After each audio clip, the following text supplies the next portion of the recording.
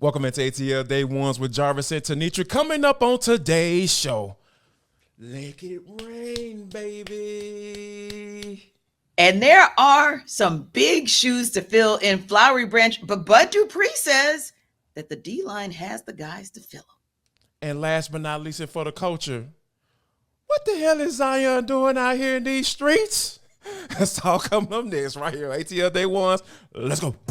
This is ATL Day Ones, part of Locked On Sports Atlanta. And it starts now.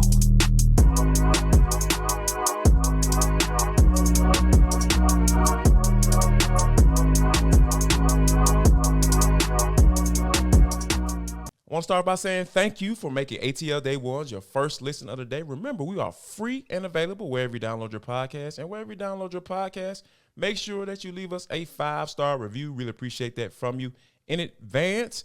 ATL Day Ones is part of the Locked On Podcast Network, your team every day. The Braves get yet another come-from-behind win against the Mets. They clinched the series, and it's largely because of play of Michael Harris, because we know how he's been struggling to the tune of, he was batting 163 with 2 home runs and just 8 RBIs up until this point. But last night, he goes 3 for 4, gets 3 RBIs, gets the big two-run home run in the 8th inning for the final score to be 7-5. Like when you think about, the resilience that he showed and the confidence that the Brian Snitker and the Alex Anthopoulos have had in Michael Harris to let him kind of just figure this thing out, what do you think that says about this organization and the confidence they had that he was going to get it right? Yeah, and to think that the commentary that really bolstered his confidence from a teammate came from Marcell Ozuna, someone himself who'd been struggling mightily prior to May. So I think that speaks to your point, not just the confidence in him from the coaching staff, but also the confidence and the coaching, the veteran presence in the locker room to say, hey, you got this, man. You'll bounce back. You'll be good. And I was concerned. I really thought about him from a health perspective, because I definitely didn't think it was mental with him. I thought it was way more physical, maybe just his body, his back and everything having to recover just for a little bit longer. But yeah, what I loved as well is really you could have called the 8th inning, the Michael Harris, the 2nd inning, period, because in addition to the two-run home run, right, he literally snatched runs out of the jaws of the Mets. And it's like, okay, Mets, y'all are going to Met at the expense of or Michael Harris II saying, hey, I'm going to do this at your expense because, I know you want to Met anyway. That's what you do. But for him, it could have been anything, Jarvis. If he had not made that play, could have been a 1-run, 2-run, 3-run situation, which would have then put the Braves in position where they had to score, right?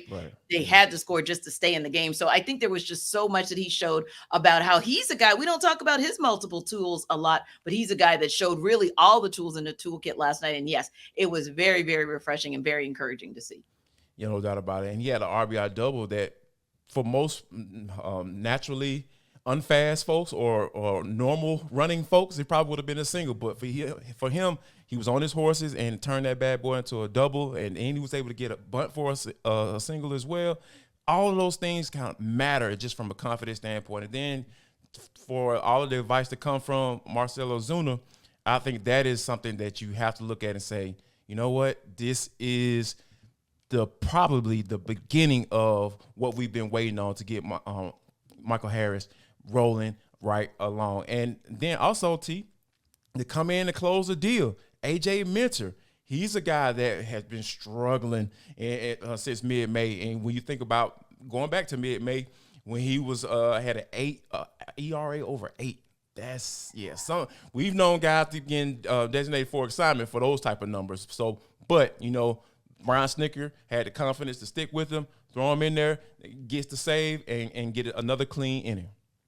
And what that bullpen was able to do as a whole, Nick Anderson as well, you get to give Raisel Iglesias a break. And those little pieces are also what keep you moving in the right direction in June. This is already going to be a relatively easy month as it relates to the records of the teams that the Braves are going to face for most of the month. But when you do little things like this, what we're doing is seeing them stack. MH2 is coming back. Ozuna is on top of his game again. We're seeing Absolutely. some things from Austin Riley. Now AJ Minter, all these guys that we've been talking about who are struggling in the first couple of months are all of a sudden starting to get their stride at the right time. And then to be able to do it, using the word you use, confidence, being able to do it against the teams that are coming up on the likes of who they should win, if not sweep some of these upcoming series. I like where they're headed as we begin to get closer and closer to the All-Star break. Yeah, and also, speaking of All-Star break, we know one guy's name who's going to be on that All-Star ballot and probably get voted in, and don't have to worry about anything after that. It's Ronald Acuna Jr. And I think he's one of those guys, that we a lot of times when you think about nephew Ronnie, he is a guy that a lot of the times we kind of take for granted, especially since he's fully 100% healthy. He's out there, he's feeling good, and he's not having any issues from his leg injuries, and just no mental struggles or anything like that. So he's been out there doing his thing, playing ball, and playing to an MVP caliber level. Yeah, and what I like and what I'm seeing in him is smart play too, because he's picking his spots and knowing, hey, this is an opportunity for me to steal, not just from the perspective of I'm just faster than everybody in the park, but also from the perspective of what sense does this make as it relates to where we are in this game overall. So starting to see that mental maturity as well is huge. And again, he was another one last night who had the whole toolkit on display, just utterly and completely amazing. But I agree with you. I was thinking the same thing, like, I hope everybody's not just getting accustomed to this like it's not a big deal, because it's a deal. It's a big deal every time we see Ronald Acuna Jr. go out and do what he's continuing to do in that leadoff spot, but also what he's continuing to do in right field. And when he has the opportunity to possibly get himself in position to score a run, he's just doing big things. And yeah, he's playing some MVP caliber ball to the point where I was like, let's not forget about Ronald Acuna Jr. because he's out there having consistency is the name of the game for him. Yes, it seems to be a reoccurring thing on the show when we talk about the Atlanta Braves and consistency. Yes, absolutely. Speaking of consistency and MVP caliber play, how about this? The Denver Nuggets got one to steal back home court, 109-94 in Miami. And Nikola Jokic and Jamal Murray became the first duo to each drop a triple-double in an NBA Finals game. When you think about all of the greats that have come through and play in these finals matchups, for a duo like this to come in and drop that on the road to play like they did, I know you saying that you're not quite ready to say that this series is over with, but I feel like last night confirmed exactly what I thought was going to happen. I felt like after that game, in game 2 in Denver, I felt like the Nuggets were going to come back and reassert themselves in this series and steal back home court. Yeah, I felt like there was a pride situation. I still felt like it was a toss-up. And the reason I still say it's a series is because 2 minutes into that game, if a three-pointer had been made by Duncan Robinson, that would have been a 7-point game. And there would have still been enough time for the Heat to come back and steal that game. So, and I understand mental lapses, people take their foot off the gas. I get all that, but that still tells me that's why it's a series. But you cannot take away what Jamal Murray did. He's been my X factor from day one, still my X factor, because as he goes, so goes this team. And then my other thing is with Nikola Jokic and Jamal Murray getting those triple doubles, it's the middle number for me. The rebounds. That's how that's really how the Nuggets won. That stat line of 58 rebounds to 33, and those guys combining for like 33 of those 55. That's crazy. That's really how they won that game. They had pride. They took pride in defense, and they said, we're taking this, not just this game, but we're taking the fourth quarter because we want to send a message, because we know that's where, even when we won game 1, that's where we faltered. So I love the dominance that Denver showed us last night. And Heat are going to have to definitely reset and make sure that they have that similar intensity and are able to do it, not just on the boards, Jarvis, but they've got to get back to clutch shooting from the perimeter. Yeah, that's the only way they're going to win. Miami, they live and die by, being able for those role players to be hitting those threes from the outside. And if they're not hitting them, it can be hit or miss as to how the game is going to go. So, hopefully they can get that thing back going, because all I'm looking for is a good series. Go about 6 games or so, 6 or 7 games. If it can go 7, that's all good too. Because how the NBA, they trying to stretch this bad boy out as much as they possibly can. Speaking of that, how about this? we are trying to figure out what Arnold Ebiketie is going to do. He spoke to the media, and we have some thoughts. We'll talk about that next. But first, I gotta let you know that this episode of ATL Day One is brought to you by FanDuel Sportsbook. Make a fast break to FanDuel during the NBA playoffs. We just got through talking about it. The Nuggets, Heat, Jamal Murray, Nikola Jokic, they went down. They got a triple-double for the first time. Did you bet on it? Did you win some money? Did you win some strange? Woo, what are you waiting on? Head to FanDuel Sportsbook right now, because guess what? New customers can get a no-sweat first bet up to $2,500. Yes, that's $2,500 back in bonus bets if your first bet doesn't win. Guess what? If you're a little apprehensive about it, guess what? The app is safe and secure, super easy to use. You don't have to worry about any information being stolen. And guess what? You don't have to wait to get your money as well, because you get paid instantly. As soon as that bet clears, you can go get your money. There's no better place to bet all the playoff action than America's #1 sportsbook. Visit FanDuel.com/locked-on and get a no-sweat first bet up to $2,500. That's FanDuel.com/locked-on. FanDuel.com/locked-on. FanDuel is the official sports betting partner of the NBA. It's year 3 for Arthur Smith, right? And we're looking for him to make a jump like he made from his first year, his rookie season as a head coach for the Falcons, to his second year and now the third year. But there are some players whom we're looking to see if they're going to make a jump. And one guy that we've talked about here on ATL Day Ones is Arnold Ebiketie. We really feel strongly that he could be very much a key cog in the wheel of this new look defense. So, Jarvis, for you, I know Arnold Ebiketie acknowledged it as well. He knows that he has to do better. There are some things that he's done in the offseason to improve his technique. He's talking to guys like Calais Campbell to say, hey, I want to just see bigger picture what I'm supposed to be in this defense, and then I want to go out and execute it. So for you, Jarvis, what are you expecting? And not just numbers, Jarvis, but what are you expecting overall to see out of AK for him to actually be, in your opinion, a solid, if not strong contributor to this Falcons defense? To be honest with you, I mean, first of all, I have to look towards the preparation, because we really won't know for a fact until they at least put the pads on this summer, because that's when you start to see a little things like you see what the guys have implemented and see what that looks like against, real live competition. So, but I think I like the preparation though. Here's why. Because he talked about, how he's put on weight and nobody told him to, and that's a thinking man's game, because you understand like the different levels of the defense. I know that Ryan Nielsen is talking about this multiple stuff and Arthur Smith been talking about their multiple defense, but when you bring in a guy like Calais Campbell and you draft a guy in the 3rd round by the name of Zach Harris, and look at how those guys are built, that's what they're moving towards. That's a safe assumption. So when you see those things, now he understands like, okay, if I want to be in here on 3rd and long, we talked about on this show, like if Lorenzo Carter's on that edge and we don't see 4-7, that's a problem. So I think that, he started off by, putting on a little weight. And I got a chance to, when I was out at practice, I saw him working with that first team nickel defense. And that's a very good sign. So I think just from a preparation standpoint, knowing going into his second year and not having the whole rookie worries and everything, all those out of his system, and knowing what to expect,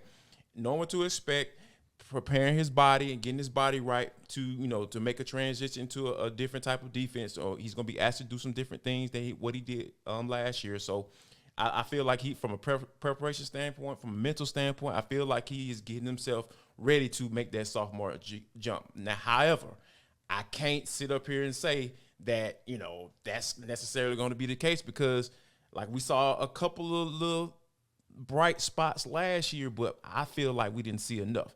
Now, with him potentially playing more this year and, and being in that first part of that nickel defense on that rotation, I really feel like he's going to have plenty of opportunity to prove that, hey, I was worth this doggone 2nd round pick. I agree. And I think he understands, because I asked him similar questions about where was the preparation, because I said, hey, this is your sophomore year. We know that you want to make that jump from where you were in your rookie season to now. And I think I asked him, like, do you feel like, there's room to grow? And he said, yeah, I feel like there's room to grow. And he's just going to smile and kind of keep talking and keep moving. Yeah. No, we're going to answer that question. Like, what did you do? So yeah, the exact things that you mentioned, that's how he answered my question. So he's been consistent in his understanding of what it's going to take for him to be an elite level pass rusher, which, I mean, that's what you need to be, because like,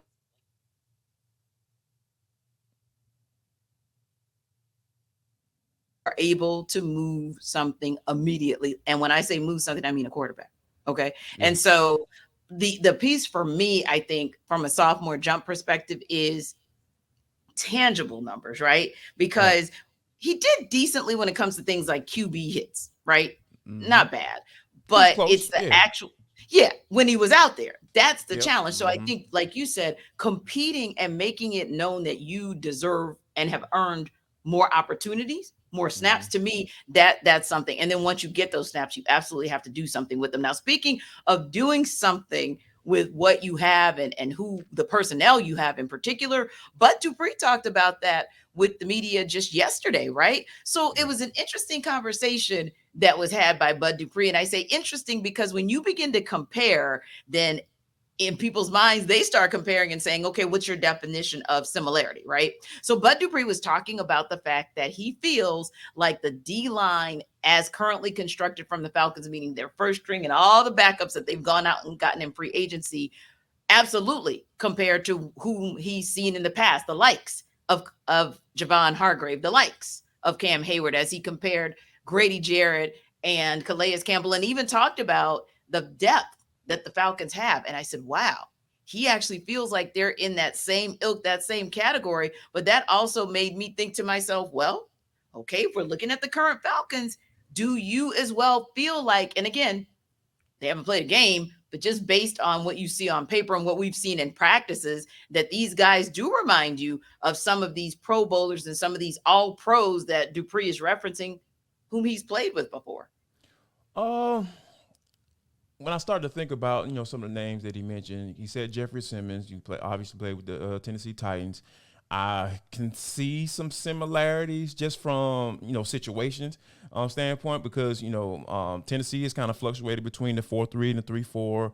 Simmons has played defensive end. He's played D tackle as well. Grady Jarrett had to move around up and down the defensive line last year in Dean Pease's system in 2 years there. And obviously he's naturally a 3 technique. So we know what he brings to the table when it comes to that. And in last year, was able to get 6 sacks. You know what I'm saying? Moving up and down the defensive line. So, hey, it worked out for him. So I think that versatility there, I can see some comparisons there, not necessarily body comps, but just from a situational standpoint, I can see why he would say something like that. Then you bring in a guy like David Onyemata, who is a guy who's a run stuffer and who can push the pocket as well. And then Calais Campbell, not necessarily a sack guy, but being able to be stout against the run. I'm not surprised. I'm not going to be surprised, if he's, continues to show that this year, even in a rotational role. But when you look at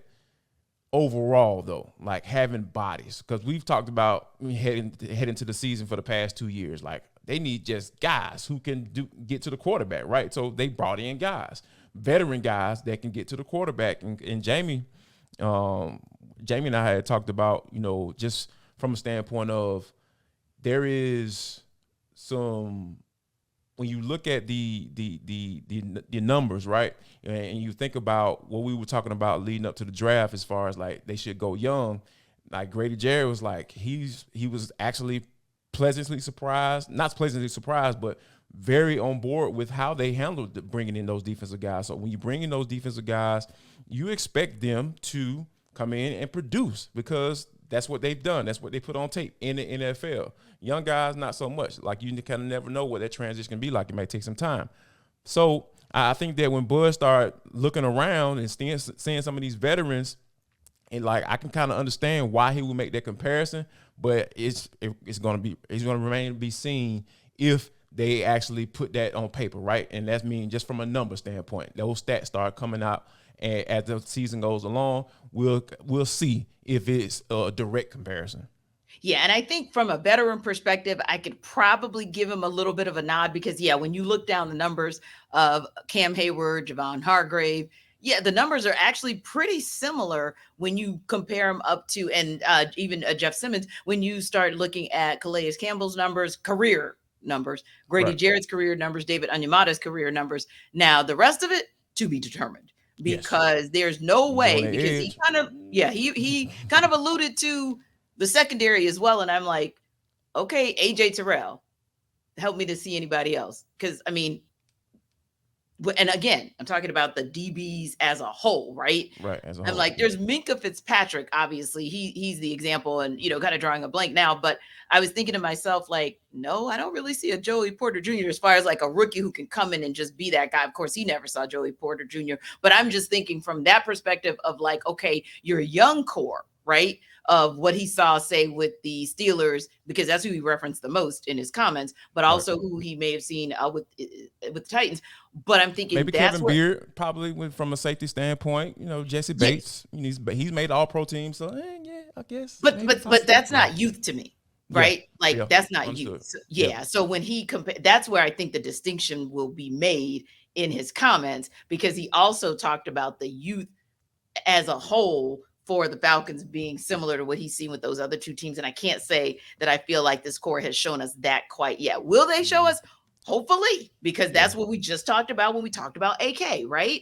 So you hope that, and when Richie Grant is coming back healthy, and you hope that you see what you saw in Michael Walker at the beginning of the season. So yeah, you could kind of go down the line of maybe how that comment could be accurate at the end of the season, but I'm just going to put a TBD and an incomplete on it up until then. But what do you guys think when you look at the core everydayers and you see what the Falcons are as it stands on paper, and maybe what Bud Dupree has seen in his experience? Do you feel like there's comparability, especially as it relates to your veteran core and or your youth core? Let us know. Put it in the comments, and we will always comment back, especially if you guys give us some good thoughts. We appreciate you for that. We appreciate you for continuing to rock with us. Definitely check us out on YouTube. Let a friend know too, because hey, we got some great information in there for you guys about some other things that Jarvis and I are doing as well. So don't, of course, forget to another beautiful day in Atlanta. You should probably download this podcast wherever you download the rest of your podcasts, so you can check us out on your ride in and through the A. But T, this is For the Culture. It is the intersection between sports, entertainment, the culture, and sometimes whatever the hell we want to talk about, because that's just how we get down on this show. Today is no different. T, like a couple days ago, I came across a nice little video of Zion Williamson out here doing his thing, announcing that he's about to be a girl dad and all that good stuff. I'm all getting warm and fuzzy inside, right? Because I appreciate people, men stepping into that fatherhood is a beautiful thing. However, that changed in 24 hours because there's an adult film star by the name of Mariah Mills. I'm not saying that I know who she is. I may be familiar with her work, or may not. You know what I'm saying? I'm working on my life. But she came out and said, and just aired all the business, all the tea out in the streets, T, talking about she might be pregnant. Like she was, Zion was doggone. She had receipts for Zion trying to move her down to New Orleans. Like, what is Zion Williamson doing? Don't he need to be trying to play basketball at this point? What he needs to do is call Dwight Howard, because he can help him with all of the naivete that must be going on in his head. Because this is what this sounds like to me. We're about to be 7 kids and 5 baby mamas in if Zion Williamson is not careful. And listen, I am originally from New Orleans, and there are absolutely a lot of beautiful, educated women who are of maybe a different ilk. Right there, Xavier, University of Louisiana. Best HBCU ever. So why not just go like 7 minutes down the street and get yourself a physician, an attorney, a sportscaster, somebody other than the adult film star to bear your firstborn. I just, and I'm not judging. However, that one is a shaky choice, especially because now she feels the need to go tell the world about all of your dalliances. And I just feel like maybe one of those nice, beautiful, wholesome girls at Xavier probably would not do that to you. And if you get yourself a physician, she might be able to help you with some of those entries that you can't quite kick. Just saying. Yeah, and then his actual baby mom, like Mariah, pointed out to the fact that she's a low budget adult film star. So essentially, she ain't getting paid like a real one, and she's a shoe model. So, it's just a lot of stuff. Okay. Yes. So it's just a lot. It's a lot into the story, T. Right. Like, it's levels to this thing. Because you just added to the story from what I saw yesterday. Because Randy Mack asked me, like, why is social media going? And, our friend to the show, Randy McMichael. And I was like, they should just leave Zion alone. Just let him live. Well, now I know why they're going in. Oh, I understand completely because it's a head scratcher. Because at that point, it was only like, oh, she's older, and then she tried to take advantage of him and that sort of thing. I see now look, he has a type. I think that's pretty safe to say. So well, I'm just gonna leave it alone and say, just call Dwight Howard. He can tell you how this goes downhill rapidly. Especially if you're just naive like that. Yeah. Yeah, exactly. And that's the big part right there. There is some, he's very naive, and he is going down a path that I'm sure Dwight Howard will give him some advice. Like, hey man, probably want to hold what you got on, like literally. No, and I don't have to explain what I mean by that. All right, T. So we're gonna move on from Zion because Zion, you got some work to do. How about this? Taco Bell and plant-based crunch wrap? Does that sound enticing to you, T? Well, I've only gone to Taco Hell once in my life. Taco Hell? Once, yes. And it was one of those late night situations while I was in college. Okay. And literally, I didn't get out of my bed for 24 hours. It was that bad. Gosh. So I've never eaten Taco Hell since then. But my bigger question is, does the vegan go to Taco Bell? Like, for quality food? Is that what we're trying to do? Like that? I don't know. Those two things just don't go together for me. Yeah, and when you think about the other type of meat that a lot of people question whether it's meat or not, that's in there too, because like the hyper vegans, like if it's in the same room as the real meat, like they're not even messing with it because you just never know. Like it can really, really mess them up. So I it's hard for me to kind of think that Taco Bell is going this route because they used to have a deal with Beyond Meat, back in the day, but now they seem to come up with their own, plant-based protein. So it's just, this is like, it's just a weird for the culture for the day. It is. So. Yeah, I'm going to go. Yeah, this one was just maybe our weirdest to date. Because, what Zion's doing and Taco Bell's doing, none of it makes sense. Man. You can't make it make sense because it won't. Can't make it make sense at all. Make it make sense. Well, we appreciate you guys for making your day make sense by making ATL Day Ones your first listen of the day. Really appreciate you for that. Remember, we are free and available wherever you download your podcast. And also, all to our everydayers, we really appreciate you as well. If you are everydayer, go ahead and drop it in the comment box. Let us know how you rocking with us Monday through Friday. Appreciate that from you in advance. Also, before we get out of here, we got to make sure, if you don't do anything else in life, make sure that you share love, show love, and most importantly, look down in the description. There is a link that you need to go to. If you listened to the show yesterday, if you missed it, go back and check it out. If you missed the show yesterday, there's a link to more information about what Tenitra Batiste is doing. She is doing some great work raising funds for LLS. That's the Lymphoma and Leukemia Society. So, yes, make sure you guys check that out and spread a little financial love.